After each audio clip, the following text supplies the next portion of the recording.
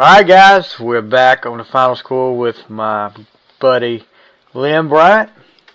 We're doing something tonight. We hadn't done it in a while.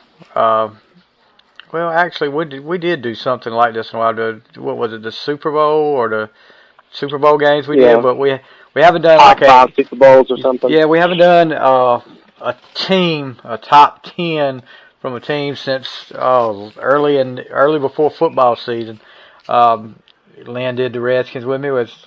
Now this is going to be a hard one for us. It was a hard one for me. I don't know about Lynn, but it was a hard one for me to go with this list of top 10 UNC Tar Heels of all time. In basketball, we'll go with basketball now. Carolina. Do we have top 10 football? Lawrence Taylor. And who else? Well, let's see. Kelvin Bryant. Kelvin Bryant was there. Lawrence Taylor's probably number one, or Julius Peppers, right? Lawrence Taylor, one of those two. Peppers. You had Kelvin Bryant, your buddy Dre Bly. Let's see. How about Mitchell Trubisky? He would he would have to be up there. I mean, and we talk about. Carolina put Trubisky on the map. If not, you think of if no offense to another school, if Mitchell Trubisky had been playing at something like Richmond University, you think he would have been the number one pick in the draft? I don't think he would. I don't think he would have. He wouldn't have that. And it's no fault to the small schools, but I don't think he would have got that attention like he would at Carolina or any of those programs like that. That's just, same thing with Zion. If Zion was playing at let's see, Monmouth or something like that instead of Duke, he might be getting a little attention, but he wouldn't be getting all this attention that he's getting now. That's true. So, I think Trubisky could be up there. It's kind of. I'm going to throw a name out there that you probably don't remember. Maybe you do. Ethan Horton. You remember him? No. I do know. No. Never heard of Ethan Horton. Ethan Horton was a tailback at Carolina. He was after Lawrence Taylor. He may have been there a year when Lawrence Taylor was there, but I think he ended up going to the NFL playing tight end. But he was a pretty good tailback for Carolina. Then you had the whole, I don't know, you probably don't remember Derek Fenner either, do you? No, but how about Jeff Saturday? Jeff Saturday, yeah. Everybody knows who Jeff Saturday is. He was about your time at Carolina too, wasn't he? Yeah, he's that old. He's that old. Born the year I was. He's that old. I wasn't going to say that, but you beat me to it. He is 43 years old. Okay. Yep. All right, let's continue. Let's get some of these top stories out of the way before we go into our list. Major League Baseball. Since we did our last show, and I did actually Final Score, my show is going to be on with Thursday night. Since we've done the last show with Lynn, 2 big contracts in Major League Baseball, of course. On Thursday, Bryce Harper agreed with the Philadelphia Phillies. Finally, somebody signed him to 13 years, $330 million. Wow. And I'm still trying to figure it. And then, I will tell you that I don't follow Major League Baseball as close as I used to. But the Rockies signed third baseman Nolan Arenado to a $260 million over 8 years. I didn't really know who this guy was. He's probably a heck of a player. I'm sure he is to get that kind of money. But where in the world are they getting all this money from? I mean, I don't know. He's got a 13-year, $330 million contract. Won't include any opt-outs. There will be a no-trade clause attached to the contracts. Said that Harper did not want the opt-out included in his deal. He'll also receive a $20 million signing bonus. And this deal is a new record for overall dollars, topping Giancarlo Stanton's $325 million contract. So in comparison, the highest NFL guaranteed contract is Kirk Cousins at $84 million, and this is $330 million guaranteed contract. Almost four times as much. Right. Jeez. Maybe, you know. Yeah. Where's baseball getting this money? Because they're not as popular as the NFL. That's where I'm trying to figure it out, man. How in the world are they getting all this money to I don't know. You know, and in Philadelphia, they're saying Philadelphia is just going crazy right now, and reports coming out that he turned down a 12-year, $310 million offer from the San Francisco Giants. I know they had a last-minute meeting with him the last couple of days. So, yeah, I mean, I haven't looked at ticket prices for Major League Baseball for, you know, to see if they're that expensive. I can't imagine they are, being, you know, not a popular. Well, it depends where you sit. Oh, well, of course, yeah, that's the same thing with anything. But, you know, I can't imagine where they're getting this money from.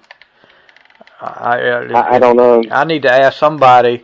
Maybe I can get Gaz Hodges is a pretty big baseball fan. Maybe I can get him on and explain to me where they get all this money from.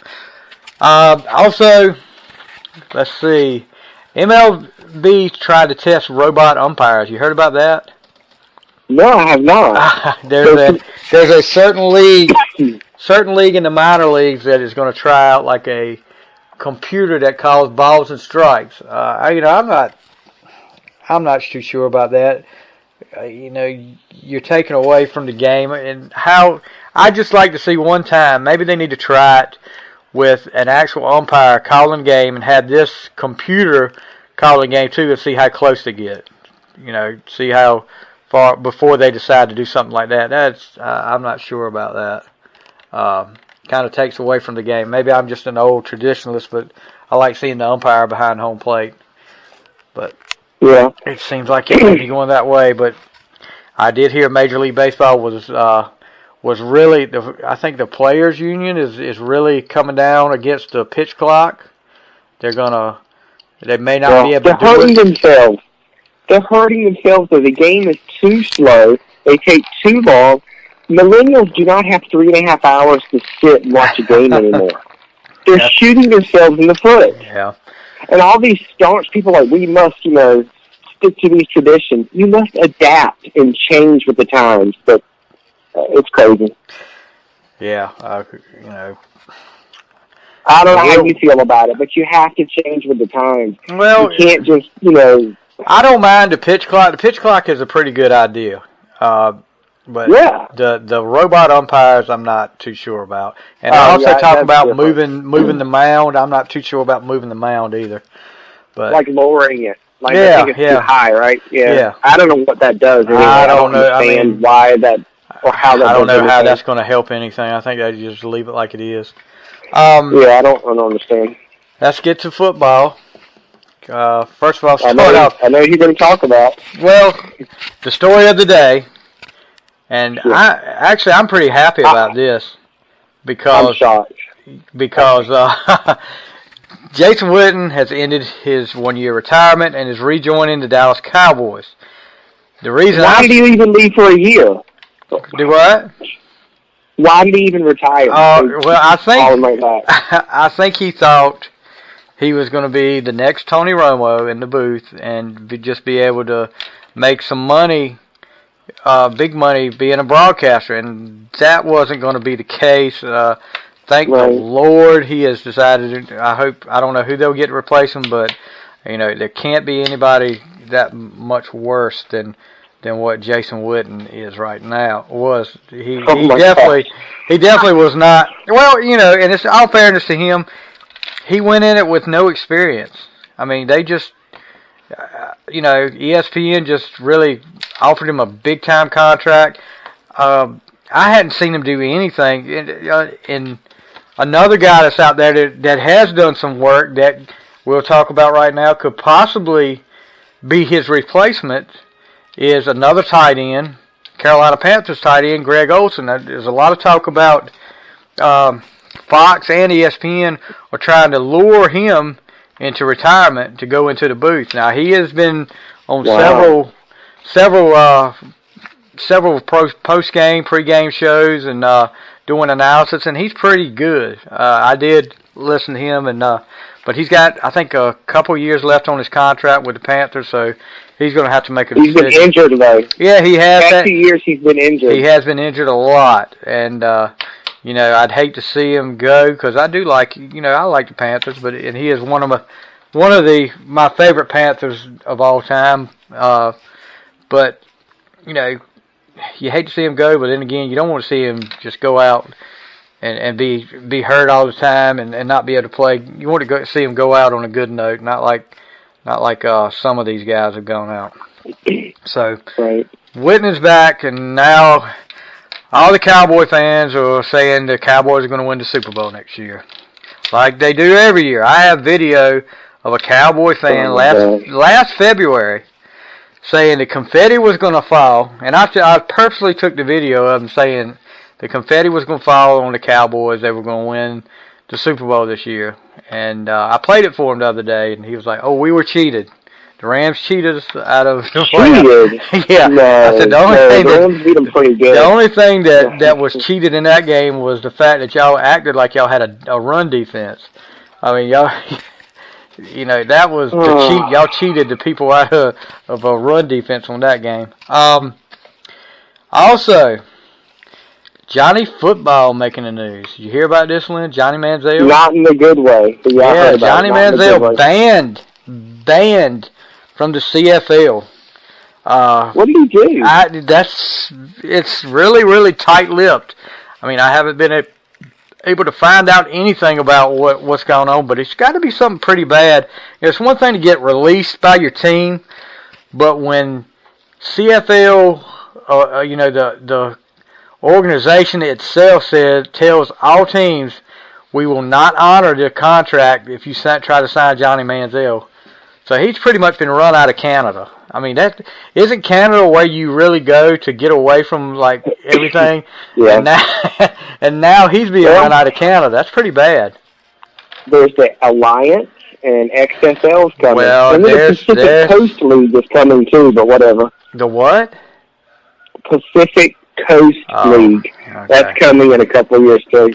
Yeah, exactly. It's funny, you know, the AAF has, a day after his release, has offered him a tryout. So, which team? Let's see. The league chairman said there's been contact from Manziel's representation and that the AAF has offered him a chance to work out for teams. Right now, it's a decision of the GMs, and they can decide what they want to do.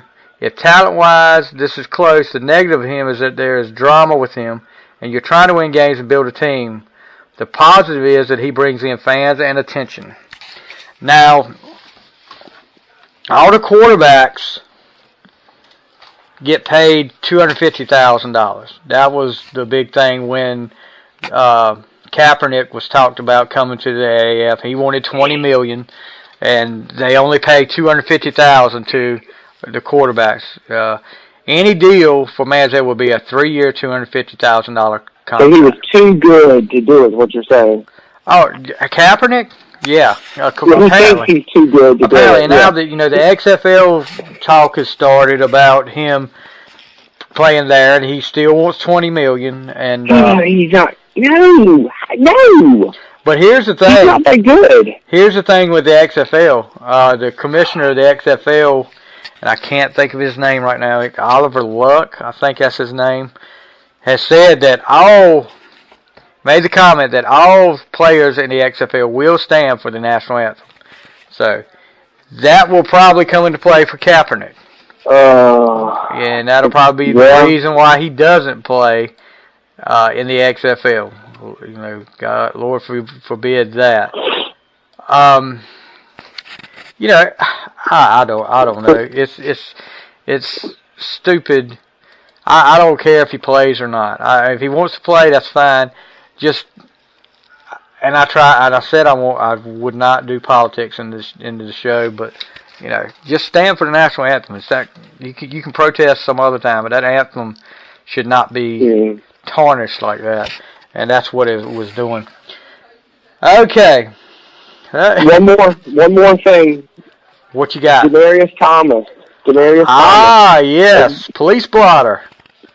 He's been arrested for vehicular assault. He was going 70 in a 30-mile-per-hour zone. and he rolled the car. Yeah, he's had a rough. Well, I won't say also starting with the last game of the regular season. He was torn Achilles, right? Tore his Achilles, yeah. Tore his Achilles, and then, how he was driving, I don't know. So must be his left foot that's, like, torn Achilles. Maybe so. But some other stuff in the NFL real quick. Nick Foles will not be franchised by the Eagles, so he is an unrestricted free agent, which, that was a pretty classy move by the Eagles because they really could have franchised him or transitioned him or something like that and made it where they would get something out of it, but they looked out for him. Robert Kraft has pleaded not guilty, of course, to solicitation of prostitution. So he's on video, though. That's what is this guy so delusional by his power that he's got that he thinks he can get away with this? If it's on video, I mean, come on. There's not so much they can do to you, I guess, unless you really did something terrible on that video that we don't know about. I don't know. I think he's kind of delusional. If I heard, if I'm hearing that they've got video of me in the act, I'm probably going to plead guilty, or I'm going to try to get a plea deal or something like that. But I don't know what he could get a plea deal on. Also, police blotter.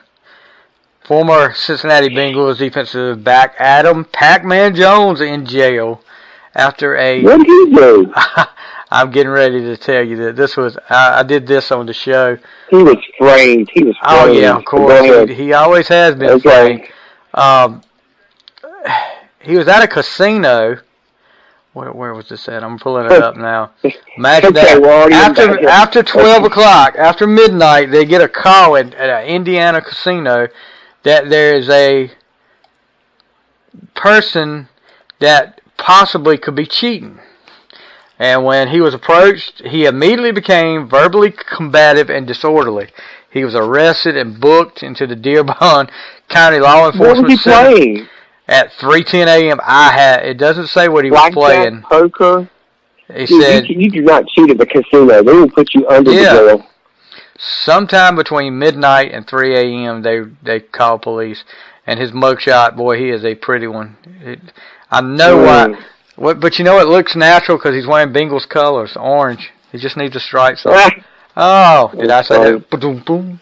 Yeah, anyway, I heard that. Anyway. That's nothing new for Pac-Man because he stayed in trouble pretty much his whole career. And it's a shame because he had some talent, but he really messed himself up with that. Did you hear about the Tom Brady football card, rookie card? No. Apparently it set a record. Was it yesterday? Oh, my God. Yeah, imagine that. How?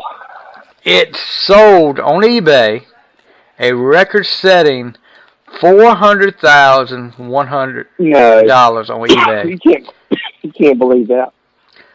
It was the autographed 2000 Playoff Contenders Championship rookie ticket card. It belonged to former NFL guard Evan Mathis. No, until he gets the money, I don't believe it. I'm just telling you what's on. If it's on the internet, it's got to be true, huh? If you sell something for that much money, you take it to Sotheby's or somebody to auction it. $400,000 on eBay. I'm looking at it here, and I just don't see it. I mean, no.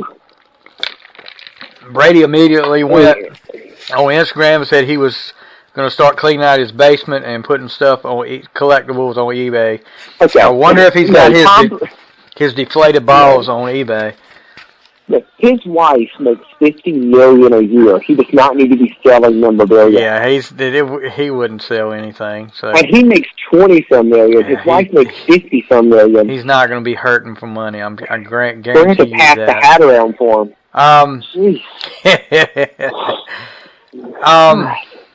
Let's talk about some college basketball. We'll go right into that. After this, we'll go right into our list. The blowout last Thursday, which we talked about that, Zion Williamson's shoe blows out. I did hear, and I wish I'd have brought it up and looked at it, there was another player sometime this week that blew his shoe out. Was it a Nike again? I cannot remember if it was a Nike shoe or not. I'm looking to see if they've got it up here. I don't think they're gonna have it up here where I can find it really quick. No, maybe it was after that. Anyway, so Zion hasn't played. Duke's had 2 games since last. It was last Wednesday. And they've gone 1-1. They've gone 1-1. Beat Syracuse, and then they lost to Virginia Tech, and I don't know. I'm looking at Duke right now, and I know if he comes back, they're going to be dominant. He's going to have a chip on his shoulder, and they're going to play really, really well in these last. Did you say if he comes back or when? If he comes back, I think that's still. I honestly think he should. I said that last week, but I'm not sure if he is. They say he's day to day. There's a lot of people that are saying he shouldn't, and I think his parents are kind of on the fence about whether he should come back or not. Now, of course, they're looking at his future. They're looking at what he can make in the NBA. But I did hear Kobe Bryant say that if he's healthy, he should play. That was his advice to Zion. And I agree. If you're healthy, you got a commitment you made to that school and to your teammates, and you should go for it. Now I know everybody's going to say, well, they're not going to be the one paying his salary. His teammates are not going to be the one paying their salary. So, but still, come on, this guy could get hurt walking down the street. I'm not really worried about that. I don't think he's really worried about that either. So, hopefully, and I could easily say, since I'm a Carolina fan, hopefully he won't come back. Yeah, stay out. But, I want to see him. I want to see him come back.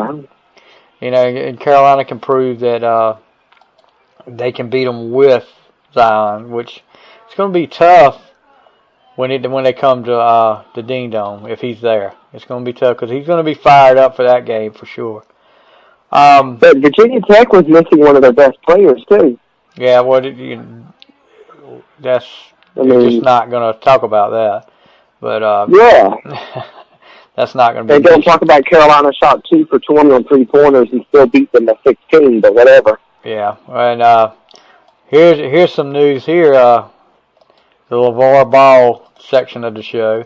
LeVar Ball won't pursue Zion for Big Baller brand shoe. Have no interest in entering the bidding war over Zion Williams' inevitable sneaker contract. Oh, yeah. Nike or somebody's going to get him. This is his quote. This is LeVar Ball's quote.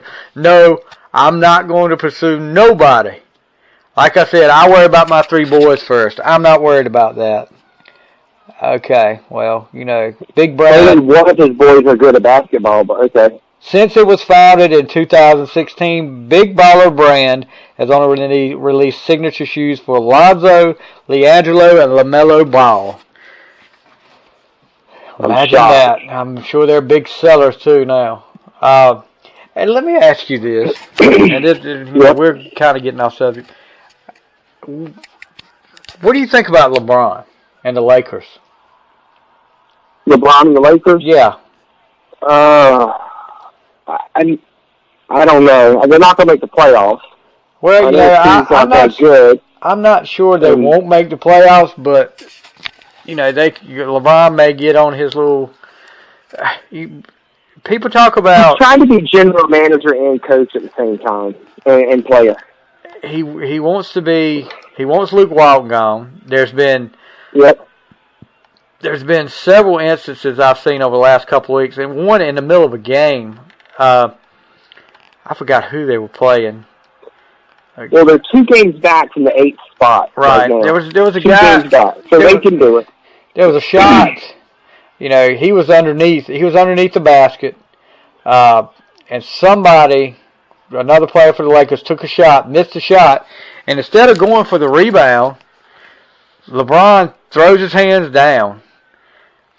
The other team gets rebound, goes down the court. LeBron's sulking at one end of the court. And also there was another instance where he wasn't even in the huddle at a timeout that the Lakers had. He wasn't even in the huddle. He was off to the side, walking back on the court. I saw that picture. Yeah, he didn't care whatever Luke Walton had to say. That's ridiculous. Don't compare this guy to Michael Jordan. Don't ever compare this guy to Michael Jordan again, because that wouldn't have happened back then. No. LeBron. Michael Jordan only got one coach fired. Yeah, that was Doug Collins. Yeah. And then he ended up, I don't know if you remember or not, Doug Collins ends up coaching the Wizards when Jordan's playing for the Wizards. So, then he went back, yeah. Yeah, so, and Jordan had a lot to do with who did what with Washington at that time. Yeah. And here's a good thing here. Shaq. Oh, my gosh. Shaquille O'Neal has released his first song since 1998. I've got to go to my iTunes and check that out right quick. No, I will not do that. Nice. You remember Shaq Fu? Shaq Fu. I do. I do. And it tells you how old we're getting, Lynn. I don't know if you heard about this or not. Former NBA All-Star Kenny Anderson recovering after reportedly having a stroke. You remember Kenny Anderson, right? Kenny Anderson from Georgia Tech? Played for Georgia Tech, that's right.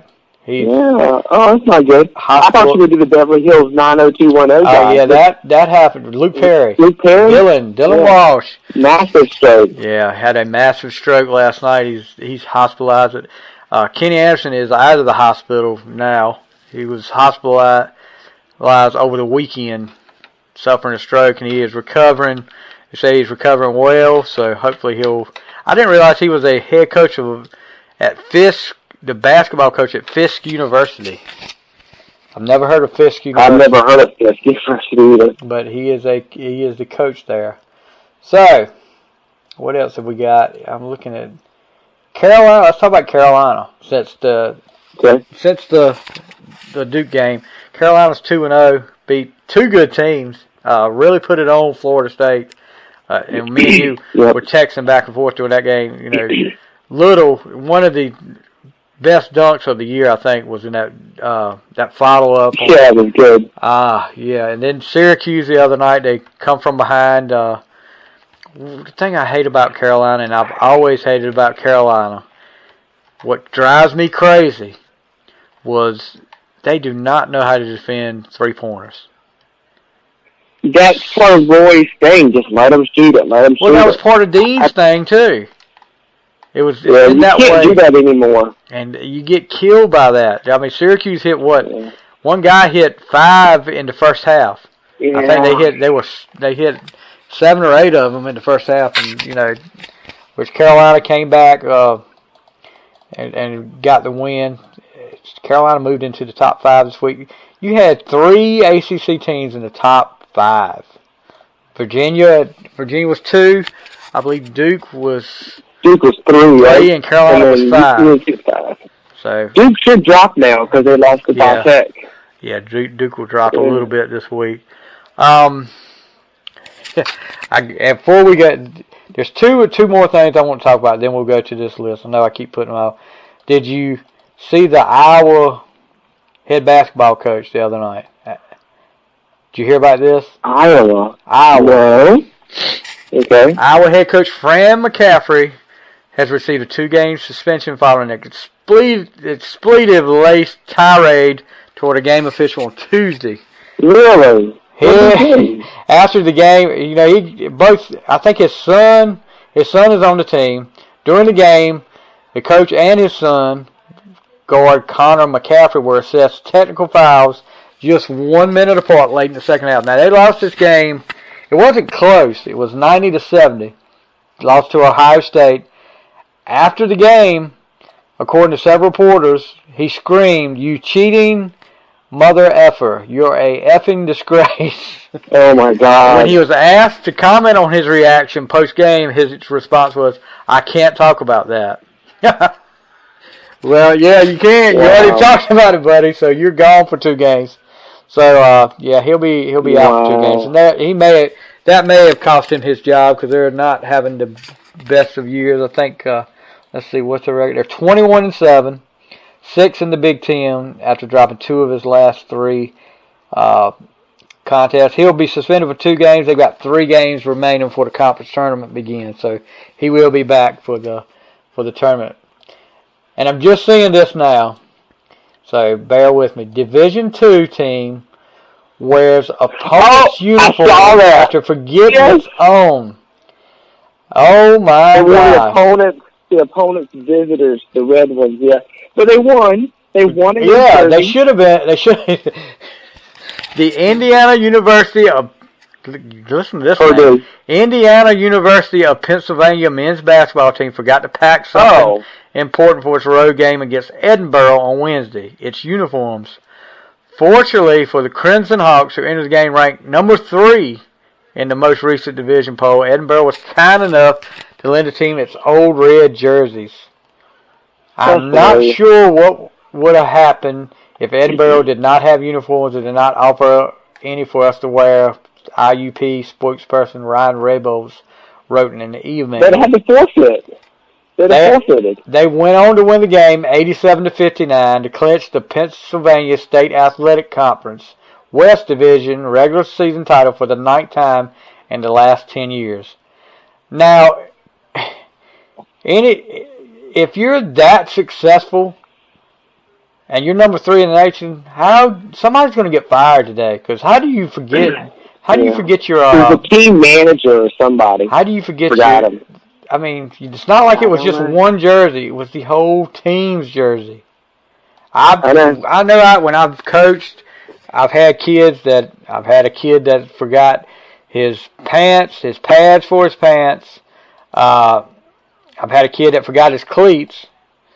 Did you bring extras? Well, we did have a situation. The kid with the pads and his pants, he had to borrow it from the other team. So we have had that situation before.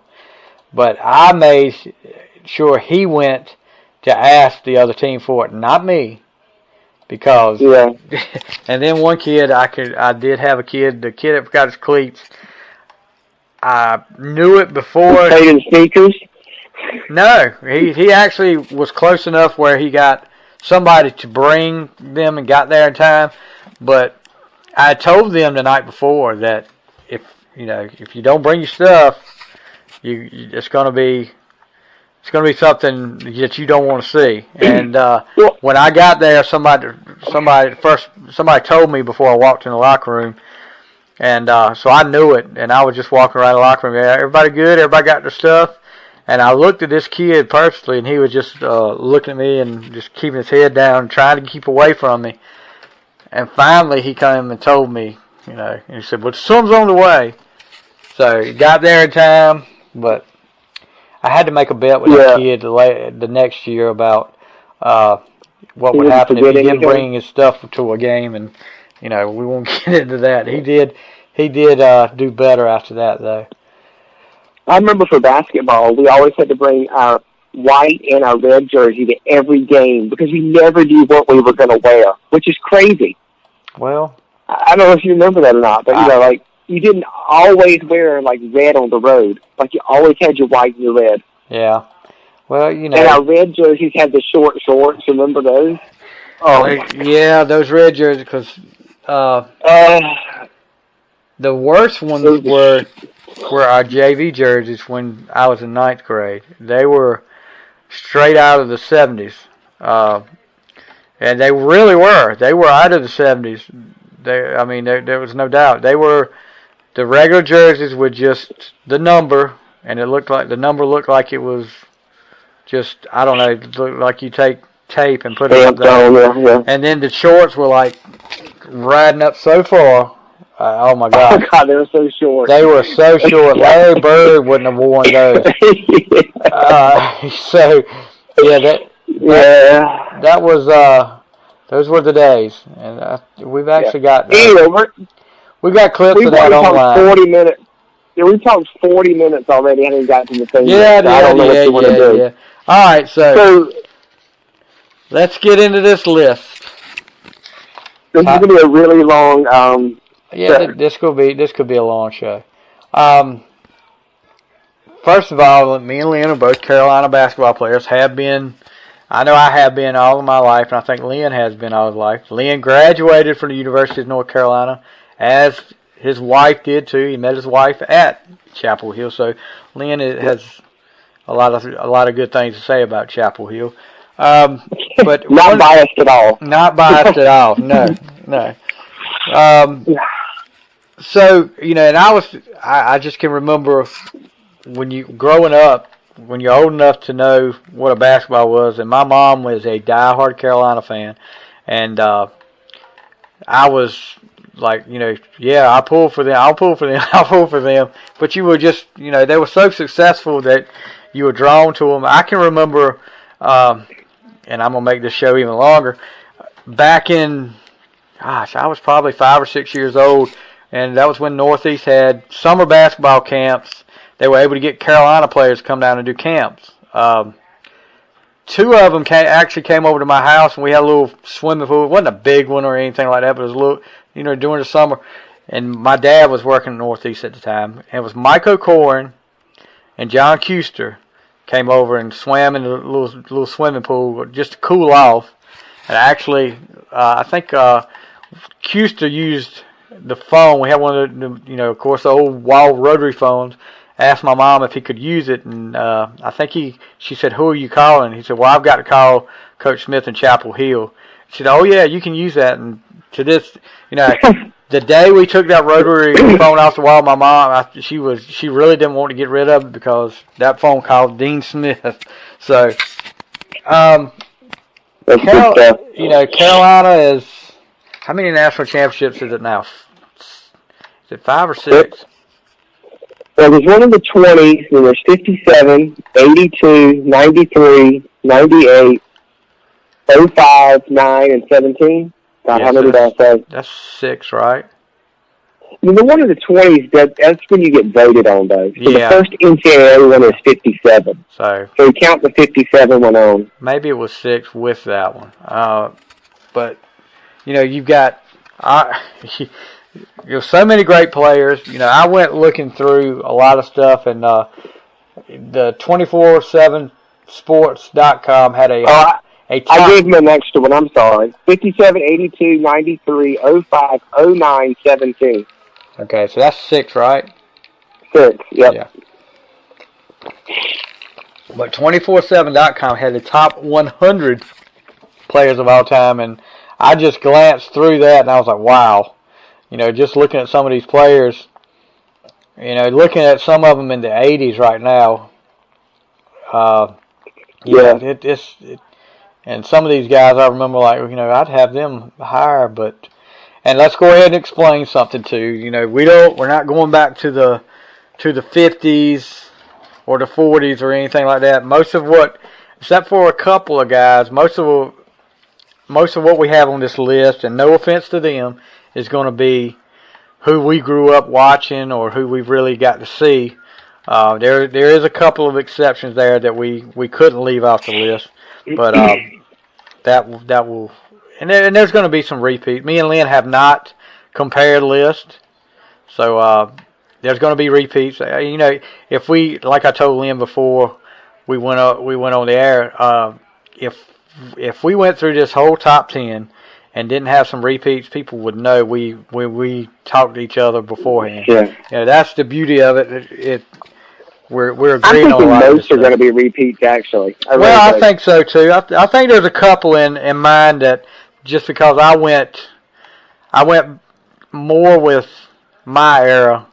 There's might be a couple that are on my top 10 that's not in yours. And there, likewise, it could be the same way with yours, but of course there is. If there's a couple of mine that's not up there. Well, let's get things started. And since you were the graduate, I will let you lead off. All right. So the first guy here played from 1982 to 1986. He was a center, 6'11", from Black Mountain, North Carolina, and I believe he owns a NASCAR team. Yep. Who do you think it is? Oh, I know exactly. When you said Black Mountain, I can remember getting that old ACC basketball handbook and seeing, I got it every year. I wish I still have one or two. That's Brad Daugherty. I mean, arguably. Brad Daugherty. Tell me this. He played all 4 years. Yeah. 4 years. How did I'm sure he's on your list, right? Or is he not? We'll find out. Is he on my list? Well, you have to wait and see. You'll have to wait and see. You think about what Carolina had as a starting five one year. I mean, it was in the backcourt you had Jordan and Kenny Smith. In the front court you had Perkins, Daugherty. Worthy? No, Worthy was gone. Worthy was never there when Daugherty was there. You had Perkins. I think they did 1 year together, right? Worthy's last year was the national championship year. And Brad Daugherty came that next Brad year. Daugherty came. Actually, Brad Daugherty may have came a year or two later. But you had Matt Daugherty, you had Brad Daugherty, and then Sam Perkins underneath. I mean, how in the world did they not win the national championship? And they went, I think that was one of the years they went undefeated in the SEC. What year was it? Huh? Was it Jordan 84? 84. You talking about Jordan in 1980? Yeah. Yeah, they just choked. Yeah, they're losing to Indiana losing to Indiana in the NCAA tournament. That was not one of Jordan's better games as far as Carolina. But Daugherty, of course, got his jersey retired at Cleveland. He went on to be the Cleveland Cavaliers. He was the first pick in the draft. But he, one of the most consistent players. Field goal percentage was high. I mean, he was just great. He did not make a Final Four. He never made. That's what I'm saying, and that just. I can't understand how that happened. But anyway. Whatever. Number 10 for me. Number 10 for you. Go for it. Played from 2006 2009. Point guard from Clinton, Maryland. Ty Lawson. Nice. Quite possibly could be arguably the best point guard at Carolina of all time. I know there's another one out there. There's a couple of them out there that could have an argument for that too. But Lawson, honestly, 2008, I think when he got hurt, sprained his ankle, and that was pretty much it for Carolina after that. And but when he came back the next year, probably, no offense to Wayne Ellington, probably should have had the Final Four MVP. Wayne Ellington was a great shooter, but that guy, when Lawson got down the court, that guy flew down the court. I mean, I was honestly scared sometimes that he was going too fast. It just made things happen. NCAA tournament 2009, his 5-game averages in that tournament was 20.8 points per game, 4.2 rebounds, 6.8 assists, and 3.2 steals a game. His worst game on that run was a 19-point, 5 rebound, 5 assists, 3 steal, and 1 turnover performance against Oklahoma. I mean, he made things happen that year, and he had a lot to do with that championship team. But but you look at these point guards, and when I go to number 9, it's going to be another point guard. Let me pull my stuff up here so I can talk a little bit about him.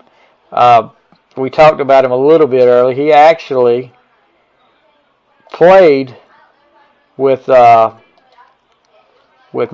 Daugherty and could probably be one of the best point guards off. He's honestly got an argument there too. I'm going with Kenny Smith at number 9. Ooh, I like it. Just I can remember watching him, and this was, of course, way before Ty Lawson. But you had Jordan, you had Perkins, and all of them, and this new kid comes along, and I'm like, who is this guy? He's not going to be a Jimmy Black. Jimmy Black was not a scorer. Jimmy Black was just a leader. But Kenny Smith was a leader and a scorer. I mean, could fly, could shoot. They called him the Jet, but I can remember him. He was really hitting his stride. That '84 team was just really, really hitting his stride. And it was a really good team. Yeah. He gets his wrist broken on a hard foul, and he wasn't the same after that. That had a lot to do with, and I honestly think that had a lot to do with what happened to them in the NCAA tournament. They were 21-0 before he got hurt, and it just went downhill from that. But he's got his kid. I think it's pretty cool that his son's out there playing now and wearing number 30. I hope he could be just half as good as his dad was. But my number 9 is Kenny Smith. Excellent. All right, it's my turn. Yep. All right, so I'm going to do it again. This guy played 1967 to 1970. 6'5" from New York, New York. He was the Jackie Robinson of Carolina hoops. Charlie Scott. I got you. I know you probably heard about him a lot. So he was the first varsity black player at UNC, and Dean Smith brought him in. It had to be Dean Smith. Yeah, it was Dean Smith brought him in. Dean was really big in the integration, and this was his first recruit. And he was really good. Yeah. His best season, he averaged 27 points a game, 8 rebounds, and 3 assists. So shot 80% from free throws, 46% from the field. He was really good. I don't know if he's on your list or not, but we'll wait and see. I just remember the story, and I think it was a story I heard about Dean Smith going to church with him. That's how dedicated Dean Smith was. At that time, that didn't happen. But Dean Smith was so dedicated to it that he went to church with Charles Scott. That, the way he treated him, I think that had a lot to do with some of the recruits that Dean Smith was able to get later on. I mean, Dean Smith was just one of those guys that didn't put up with a lot of that crap and didn't tolerate it. And what a great coach he was. So. Yeah. All right, so now my number 8. You're number 8. All right, number 8. I like this. From 1979 to 1982. I know who this is. From Gastonia, North Carolina. Big Game James. So James Worthy. Let's see. He got the triple crown, so to speak, of MVP of the ACC tournament, NCAA regional, and the Final Four. Right. And he's also famous for the '82 game. For some reason, Sleepy Floyd threw him the ball. Was it Sleepy Floyd? 5 seconds left. I think it was Sleepy Floyd. It was another guy. It was another guy. I can't think of the. Fred Brown. Fred Brown. Okay. Sleepy Floyd and James Worthy, I think, were actually, they either played each other in high school or they were high school teammates. So anyway, this dude in the Georgetown game throws it to James Worthy, who takes it, goes the other way, gets fouled, and misses both shots, by the way. I remember that. Winning Dean Smith's first NCAA championship, 63-62.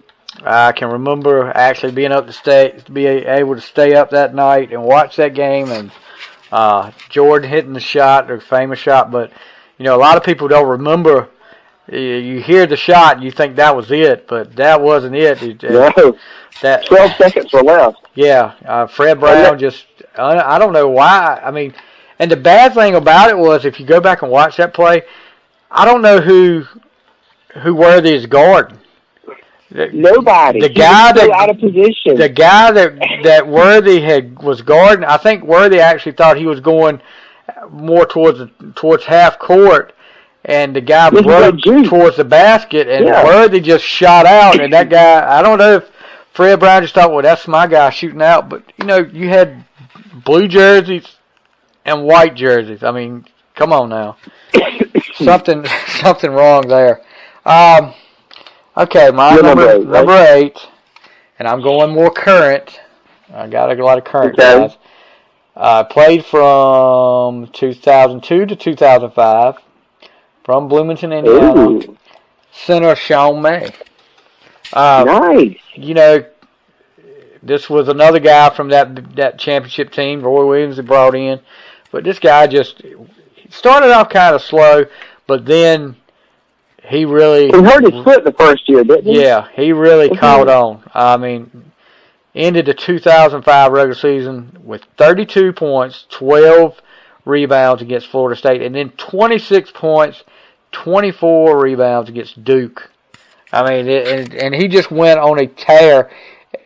We talk about Ty Lawson, how he was big in that championship run, but Sean May, when they had their championship run, was probably the catalyst for that. He got Final Four MVP and an East Regional MVP that year with that, and they got that big win over Illinois. I mean, averaged 24 points and 8.5 rebounds in the 2 Final Four games. Shot 62.4 from the field. 62% from the field. He's the only Carolina player to average a career double-double in the last 45 years. Since McAdoo, Bob McAdoo did it. He did a double-double in 72. So, and a lot of people are going to say, well, he wasn't that great. He wasn't as good as someone. But, you can't really say that. I mean, look what this guy did. You're right. He missed 26 games as a freshman with a fractured foot. As far as his career production goes, because of that, you don't really think about it. But when he was in, he put up big numbers. What's he doing now? I wonder what he's doing now. I think he's sitting on the bench for Carolina, right? I think he is. He is. I think he's an assistant coach. Him and Hubert Davis. Him and Hubert Davis are the assistant coaches for Carolina now. So he hasn't gone far away from home. All right. My number 7. What number's next? Yep. My number 7. You mentioned him earlier. I got him going a little higher. From Black Mountain, North Carolina. Brad Daugherty. Like we said, guy. Let's see. I mean, it's just like what did he say? You were talking about he came in as a freshman. His first 10 games, he came off the bench. And he was only 17 in his freshman year. He got into the start lineup when they went. They always went to play those tournaments in Hawaii back then. And he got in the start lineup there. I think. Do you know who he took out of the start lineup though? And when you hear this is going you're going to really think, oh my gosh, why wasn't he in there before? No offense to this guy, but who do you think he replaced in the starting lineup that year? I don't know. Buzz Peterson. Idea. Oh my God. And he moved Daugherty and Jordan and Perkins down to the 2, 3, and 4. He automatically went to the center. You had Perkins at 6. Perkins was 6'10". This guy was 6'11". And then and I don't know if you remember this guy. He was not as good as those guys, but he could block some shots. Can you imagine if they had put Warren Martin in there? Do you remember Warren Martin? Yeah, I do. Number 54. He was kind of clumsy guy, but he could block some shots. But you had two. Right. You could have had 3 6'10" guys at least on the front line. That's amazing. God. But Daugherty, just like we talked about, Kenny Smith was the same way. Neither one of these guys, Kenny Smith or Daugherty, make the Final Four. I mean, how does that happen? They lost. I don't understand. Doherty loses in '86 to the eventual national champion Louisville in the Sweet 16. So that's crazy. I mean, 72% from the field. That's crazy. It's crazy. That's insane. All right, use your number 7. All right, so I got to do 7 and 6. Right, so number 7, I have Ty Lawson. So we've talked about him before. He was one of the best point guards. He was a scoring point guard too, wasn't he? Couldn't he shoot really well? Oh yeah, he scored. Yeah, I mean, he didn't just make plays; he scored. That's like Kobe White now. Kobe White is a really good point guard currently, and he can score. So Ty Lawson was really good. Kobe White, what did he have? 33 the other night. Yeah, that was nice. Crab man. Hey, let me see. Ty Lawson can matriculate the ball. Okay, Hank Stram. There you go. Yeah, I know. Yeah. All right, so number 6. This is the guy we haven't talked about yet. All right, you ready to do my things again? Okay, what are we on now? This is number 6. Number 6, I got you. All right, 1980 to 1984. He was a center/power forward, 6'9", out of Latham, New York. Sleepy Sam. He ended up, Sam Perkins, the man. His career average 16 points a game, 9 rebounds, 2 blocks per game. He did win the championship in '82 with Worthy and Jordan. Yeah, that was Latham, New York. Yeah. Is that how you say it? Yeah, Latham. Yeah. He was so good. I mean, again, the '84 team was one of the best teams UNC had that did not win the title. We'll probably mention that at least one more time on this list. I would think so. But the '84 team was a big disappointment. But I think you got it where Kenny Smith broke his wrist. Yeah, that's really what did him in. I mean, they were just starting to catch fire, really. And like you said, Kenny Smith was getting himself straight, and he was getting it. He was hitting his stride then, and then to get. Do you remember watching that play? That was a really, really hard foul too. But no, who else broke their wrist? That was a point guard, and he fell. Was it Marshall? Not Ty Lawson, but who was? Kendall Marshall? Kendall Marshall, maybe? Yeah, I think. Yeah, he fell and put his hands down, broke his wrist, and he kept playing. Yeah, I think that was it. We made it to the Final Four that year, and I think lost. We had like Bobby Frazier who had to come in for him. Yeah, that was another one of those. That was sad. So Sam Perkins. I mean, what can you say about him? That was my number 6, Sam Perkins, and he went on to play with the Lakers and did really well with the Lakers, of course. Yeah, and my number 6, you've already talked about. Okay. James Worthy. I mean, Big Game James. You know, he with his goggles. Yeah, I mean he didn't start wearing that to the Lakers though. But you know, what else can you say about this guy? That we pretty much said that '82 season when he caught fire. Like you said, he wins the Final Four MVP of the ACC tournament, NCAA regional, and the regional, yeah. But 13 of 17 shooting in the national championship game, scored 28 points, and it would have had 30 if he'd hit those 2-3 free throws at the end. So. Yeah, I don't know how he missed those. That was just ridiculous. Yeah, but anyway, that was nothing but nerves and knowing you're getting ready to win a national championship, and because I think at the time there was 3 seconds left. Wasn't it? No, I don't think it was. I think it was like less than 2 seconds left when he was shooting free throws. Okay. They couldn't even get it down the court. I'm not so sure if he didn't miss the second one on purpose, just so they wouldn't get a chance to inbound the ball. I agree. Yep.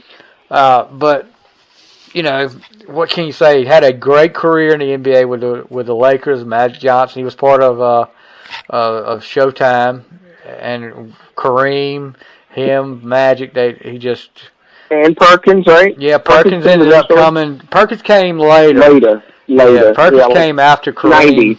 90. That was actually when another guy on this list won his first NBA title when Perkins came. I don't know who that would be. I don't have a clue. But okay, So number 5. Number 5, and we have already talked about this guy too. Sam Perkins, Sleepy Sam. Think about this now. From the time he came in the league till maybe his junior year, he went up against, and he was the one that took care of him. Took care of Ralph Sampson every game they played against Virginia. And there was a lot of games they played against Virginia. Think about, a lot of people don't talk about, and with good reason, we talk about how James Worthy did in the Georgetown game and all through the tournament that year. The game before, in the Final Four game, the semifinal game against Houston, Perkins went 9 of 11 from the field and 7 for 7 from the line. He had 25 points, 10 rebounds. And he was going against, I think Elijah Wan was there that year. Of course, that was one of his first years, but, Perkins, and the bad thing, he just looks like he's going in slow motion all the time. He's just that laid back. You hardly ever saw him get mad. He was so good, though. He was so good. His debut with Carolina, he had a double-double. And won the ACC Tournament MVP as a freshman. Averaged 17 points and 8.3 rebounds a game in the tournament. Had 18 and 15 in a win over Wake. He's one of, 4. Joins 3 other Carolina players. The only UNC freshman win the ACC Tournament MVP. I bet you could name 2 of those other 3, but I bet you the third you could not name. No, not at all. Phil Ford. Yeah. Jerry Stackhouse. Oh, my God. Okay. The third, this is the one that you probably would not remember. Never. I don't know if I got the other one. Brandon Wright. Really? Brandon Wright. 1 year at Carolina and won the I would say Marvin MVP. Williams or something, but Marvin Williams was he never started, and he went in the top 10 NBA or something, right? Yeah, Marvin Williams, that year, he was a freshman. He had a loaded team that year, too. That was with May and all of them, wasn't it? Wasn't he there? Brandon Wright, I think he was. Just talking about Brandon Wright, stayed 1 year, 14.3 points per game, 6 rebounds, 1.7 blocks. But, I think he got the MVP that year. He scored 47 points over 3 games and shot 68.8% from the field. And he stayed there 1 year. That's crazy. Okay. Crazy. So we're on number... Right, my number 5? Yeah, you're number 5. This is my last legacy person, but this is the guy you hear about all the time. Pretty sure his jersey is flying up there. All right, so I'm going to give you the dates, and you'll know this is what it is. Exactly 1954 to 57, 6'5", was on an undefeated national championship team. And let me just tell you what, this is Lenny Rosenbluth.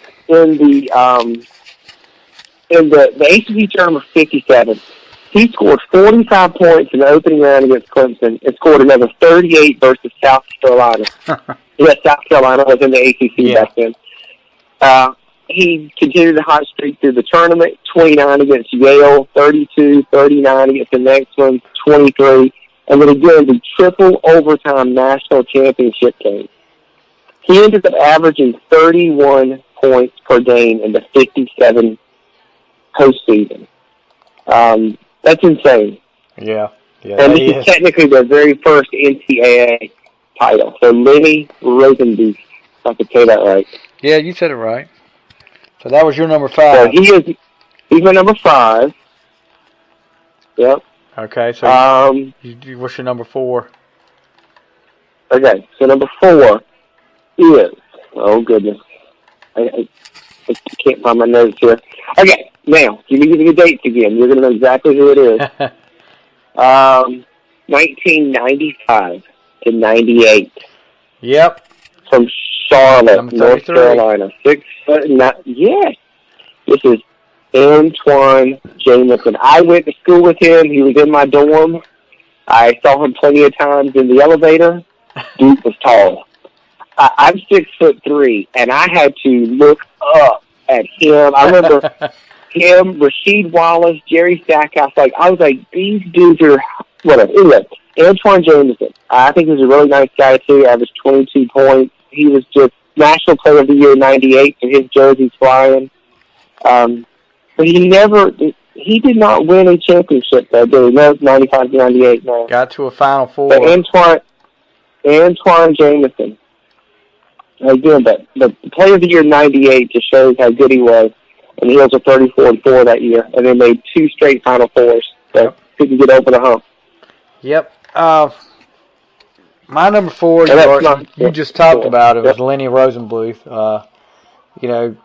You couldn't leave him, and I was skeptical about putting guys in here that I didn't really see or watch, but you couldn't leave this guy off the list. I mean, yeah, you talked about the numbers he put up in the national championship in the NCAA tournament. National Player of the Year that season, and they were undefeated. So we really couldn't leave him off the list. But I think you said pretty much everything that needed to be said about him. So we're going to move on to number 3, and my number 3 was your number 4, Antoine Jameson. Oh, and then this guy came out of nowhere. I mean, wasn't really highly recruited, but the thing that used to get me about him was how fast he got shots up. When he would get the ball in the post, it's almost like as soon as he touched it, it was almost not even a shot. It was like a tip, and he would get it in there. I mean, as a freshman, 15 points a game. He got 3 consecutive first-team All-State ACC selection. 97, 19 points a game, 9.4, including, and it's always including Duke stuff, 33 and 11 in victory over Duke in the regular season finale. Like you said, gets to the Final Four 2 seasons in a row and just can't get over the hump. But gosh, that was a fun team to watch with him, Carter, Okalaja. I think Ed Cota was on that team. Shamon Williams was on some of those teams. They just were fun to watch. They could put up points like crazy. And anytime, if it wasn't Jameson, it was Carter. And then Shamon could hit threes. But yeah, they were fun teams. I just really wish he could have got. That was one guy that you thought really deserved to get a championship at Carolina, and just couldn't get over the hump. Like you said, lost to Utah in the semifinals. He only scored 14 points in that game. Shot 7 for 19. Maxwell Giles was on that team, right? Yeah, I didn't want to mention that guy. I didn't want to mention that name. Yeah, that's what when you said Utah, it all came back to things. I wonder why it came back when I said Utah. Yeah. So anyway, we're not going to talk about that. Yeah, we won't talk about that, but I don't really. I'm not a fan of him. I'm not a big fan of him. He came from Michigan and he transferred over. And I think he had some problems at Michigan too, but wasn't a big fan of Naktor Jah, but nothing against him. But anyway, am I next up, or is it you? No, I do 3 and 2. You do 2 and 1, right? Okay, cool. All right, so that way you get the It doesn't matter. It's your show. It doesn't matter either way. You go ahead. Okay. So number 3, my number 3 is who I think most people is going to put number 1, and it's not who you think. But if you talk to a lot of long-time Carolina people, they always pick this guy, and I never saw him play. I was alive, but I never saw him play. I know where this is. Here we go. 1974 to 78, point guard, 6'2", out of Rocky Mount, North Carolina. Phil Ford. And he was 3-time first-team All-American, 3-time first-team All-ACC. Looking here, in 1977, I guess his junior year, he was going nuts. They were doing great. He hurt his elbow in the Sweet 16 win over Notre Dame.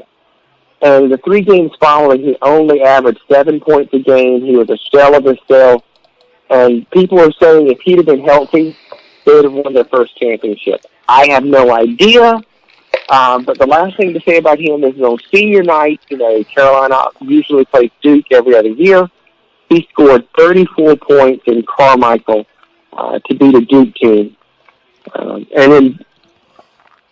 And then this year they lost again a national title game. Yeah. In '78. Yeah, that guy, to come from Rocky Mount too, is kind of a local guy for us. But I have gone back on like YouTube and seen a few games, and yeah, he was special. He was really special. When you get to my number 2, I had a tie on my number 2. Yeah. And okay. So then, you do my number 2. Yeah, you do your number 2. What do you want to do? You do your number 2. All right. Because I'm gonna talk about that. So my number 2. Okay, we're talking college, right? We're talking the best college Lord. Tar Heel player. I know because in reality, this dude is the GOAT. He is the mold everyone hopes they can be, and wore his Carolina shorts underneath his Chicago Bulls jersey his entire career there. So from 1981 to 1984, shooting guard, 6'6", from Wilmington, North Carolina, Michael Jordan is the second best Tar Heel player of all time. Now, best basketball player of all time, but second best as he was a Tar Heel. I know that makes no sense. But anyway, he made the shot against Georgetown, and he was on that 84 team that somehow did not win a championship. So what do you have to say about this old MJ guy? I'm gonna save what I have to say about it till when I get. When you pick him. Okay, tell me your tie for 2 then. My tie for number 2. You talked about him a few minutes ago. Phil Ford. Okay. He's tied for number 2. But he was so instrumental in the 4 corners. I think that was really what Dean Smith designed the 4 corners for, was Phil Ford. He could, if Carolina got a lead back before the shot clock came into play, they'd go in 4 corners, and it made for, I guess, what you would say, a boring game. I'm not too sure how I would enjoy it. Watching I agree. I probably wouldn't, but 75 ACC tournament. He was a freshman. He scores 78 points over 3 games and knocked in 26 out of 30 free throws. He led the Heels to a victory over David Thompson, who is arguably, probably the best college basketball player of all time at NC State, over the Wolfpack in the championship game. In 6 postseason games, 75, he averaged 22.2 points and 4.8 assists, shot 90% from the line, and was averaging 38 minutes per game. And just like you said, hyperextended his elbow in 77. And the bad thing was it was in the last minutes of a Sweet 16 win over Notre Dame. After that, he was just ineffective. 6.7 points per game with 35% shooting. And like you said, that would have they probably would have won the championship that year if he was healthy. But that's like we talk about. Injuries happen all the time. You have to deal with them, and they dealt with them then. So my second number 2 guy, the tie. Okay. From 2005 to 2009, Tyler Hansborough. Now, people are going to say, and I know Lynn's probably going, oh gosh, he's been on. But anyway, Psycho T was one of the, no doubt one of the best Tar Heel players of all time. Put up numbers. You could just count on him. When things were not going well, you always said, well, he's going to come back. Hansborough's going to come back and win the game. And most of the time he did. Had a great team around him. 28 points, let's say 09 postseason. 19.4 points per game. 8.3 rebounds, 2.8 steals. ACC tournament, he had 28 against Virginia Tech, 4 late points, and a steal to seal the deal. Sweet 16 win over Gonzaga, 24 points, 10 rebounds, and I mean, what can you say? Lawson and Ellington may have got that Final Four glory, but overall and career-wise, this guy was probably the best off that team, no doubt. So I know you're probably sitting there thinking, okay, well, he got Hansborough. We know who's number 1 on his list, and you're right. And Michael Jordan is number 1 on my list. But who's number 1 on my list? Huh? I know who's number 1 on your list. Oh, really? Yes. Okay. All right. But here's my thing with Jordan. Okay. And I know. You have Jordan number 1, right? Jordan's number 1 for me. And then you're going to let me do my number 1, and we're going to finish it up. Okay. Yeah. This is good. Okay. Here's my thing with Jordan. Jordan played 3 years and was just hitting his stride in '84. Granted, yeah, he had that bad game against Indiana in the NCAA tournament. But I don't know how much you watched in '84. The guy was unstoppable most of that year. I mean, I just remember I was actually watching the Holly Farms. It used to be the old Holly Farms game of the week on Tuesday or Wednesday nights on Channel 5. Playing, I think they were playing at Maryland, and Carolina was winning, and breaks away at the end and does that cradle dunk, and I was like, oh my gosh. And then how about the blocked shot against Duke at Cameron where he hits his head on the backboard? Backboard, yeah. I mean, this guy. Yeah. But here's the thing: if you know he wins the National Player of the Year in '83, and gets it again in '84. So you know if he comes back for '85, and I know I'm going by if he's going to get it again. Yeah.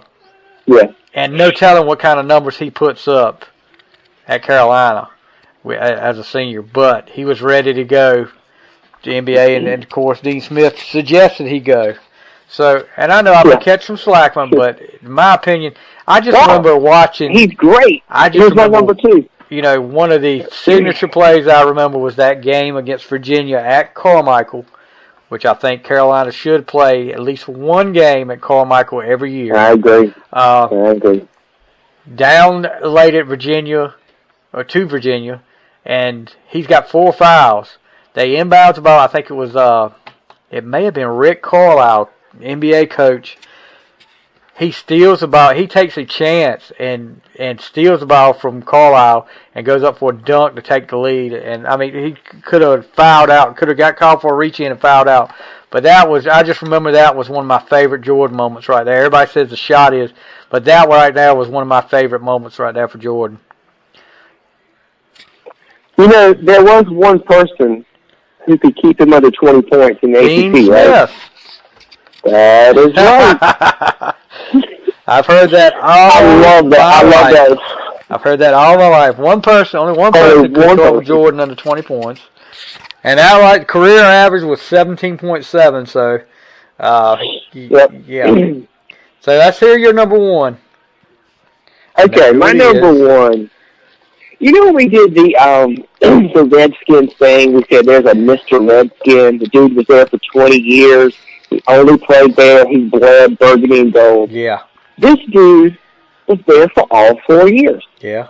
He bled Carolina blue. He was 4-0 at Cameron Indoor Stadium. Yep. And I have a little picture of it called Hansborough Indoor Stadium. Have you seen that? I've got a picture of that. And then they changed the name to Hansborough Indoor Stadium. He got bloodied, and remember, Gerald Henderson was a real victim here. Remember Coach K said that? Gerald Henderson is a real victim here. And see, that's just another hypocritical statement by Coach K. Coach K. Yeah. Yeah. He was bleeding everywhere. when he got his nose blown. And then I remember he had to wear that stupid mask. And I think you were the one, like, hey, who is that masked man? Like, every time he, like, would shoot, was that you? I mean, this was years ago. It probably was. Who was that mask? Because then I remember, like, during a game, he got sick of it. He threw it to the bench and still kept playing. Yep. I mean, he was just the guy you want to pick first. Like, if you're picking a team, a game that you got to, like, win, you pick Psycho T because he is going to give it his all. And I think he's the all-time ACC leading scorer, right? I think so. Yeah. I think he got National Player of the Year. Oh, yeah. ACC Tournament MVP, NCAA Regional MVP. He did not make the Final Four MVP, but whatever.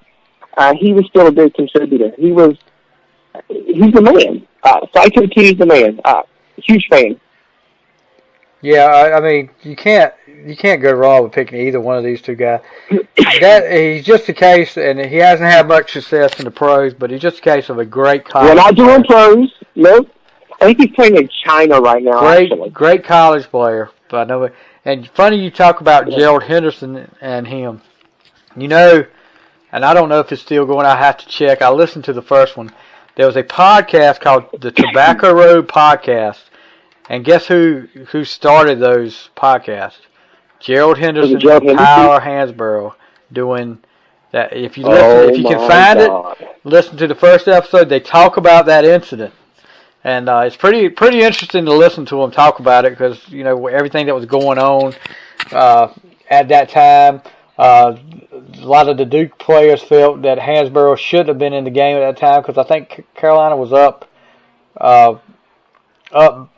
It was pretty much out of reach, but that's whatever. That's here nor there. Always runs the score up. I don't want to hear it. Yeah, but that's another one of those. That's another one of those statements that you hear, and I'm sure Coach K has never had any of his starters in at the end of a game that was out of reach. He never puts in the scrub. Duke never puts in a blue team ever. So, I mean, but that's here nor there.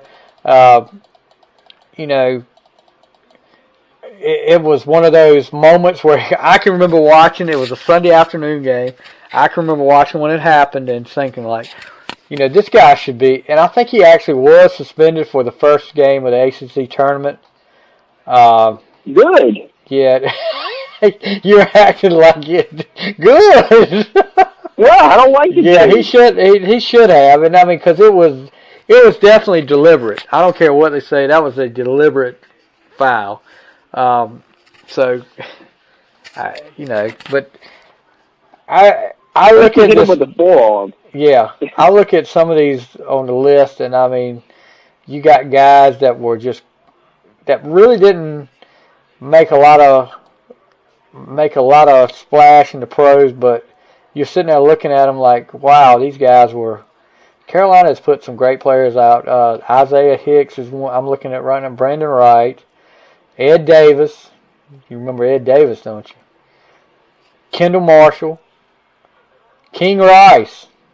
I just remember King Rice doing the dance after the Rick Fox game winner in the NCAA tournament against number 1 seed at the time, Oklahoma. Oklahoma? Yeah. Yeah, I remember that. Kevin Madden, Theo Pinson, just naming some of these names. Steve Bucknall, do you remember him from England?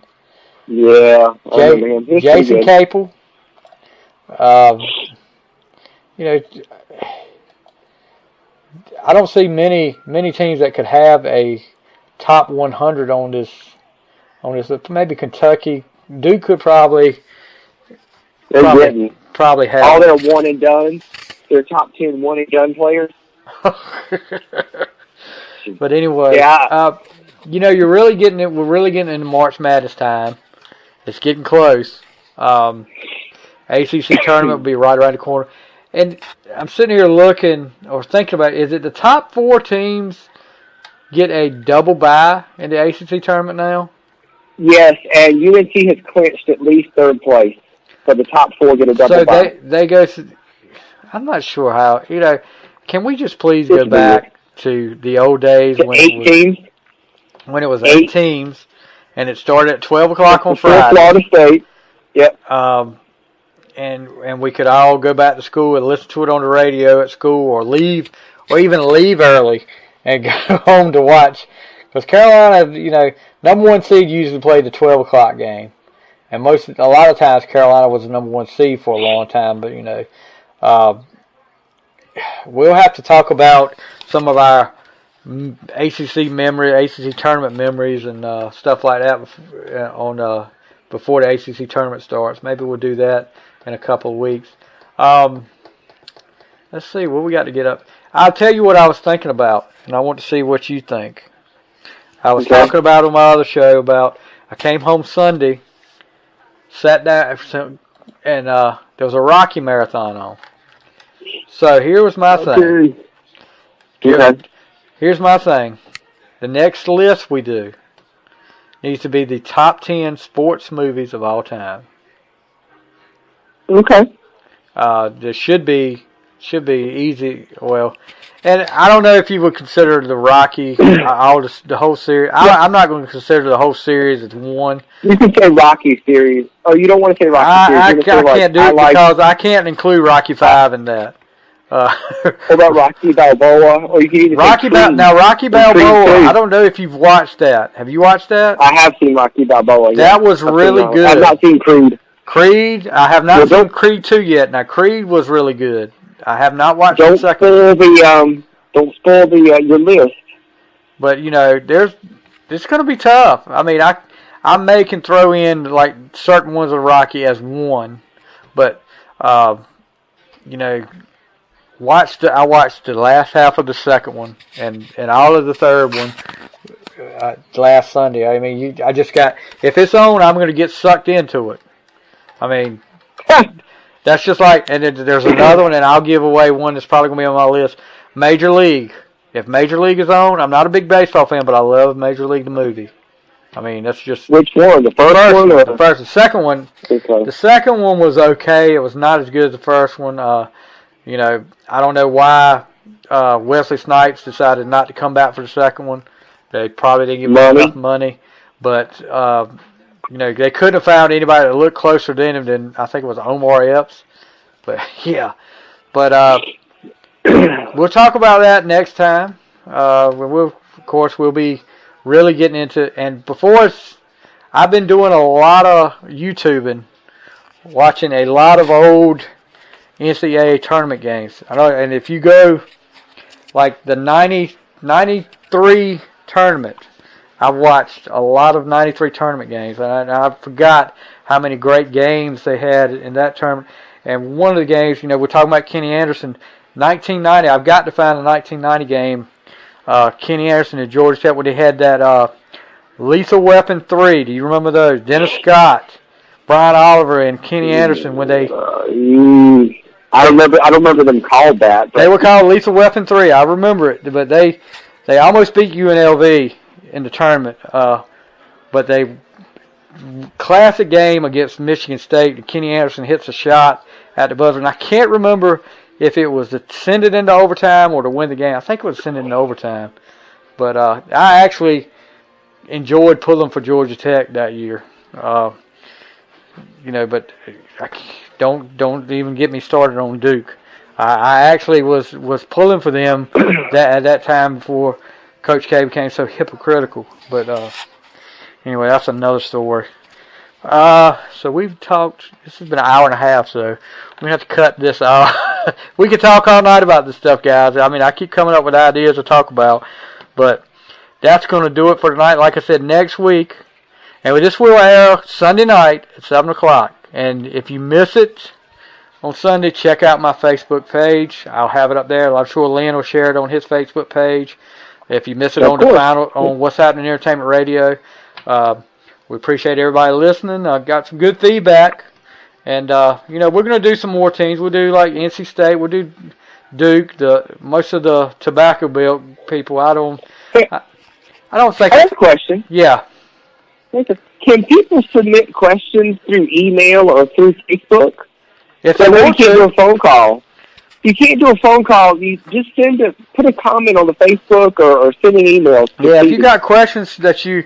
Or just you want our opinion, or you think you got something you want our opinion on, just send Send us a message through Facebook on the Final Score website. We'll get it on here.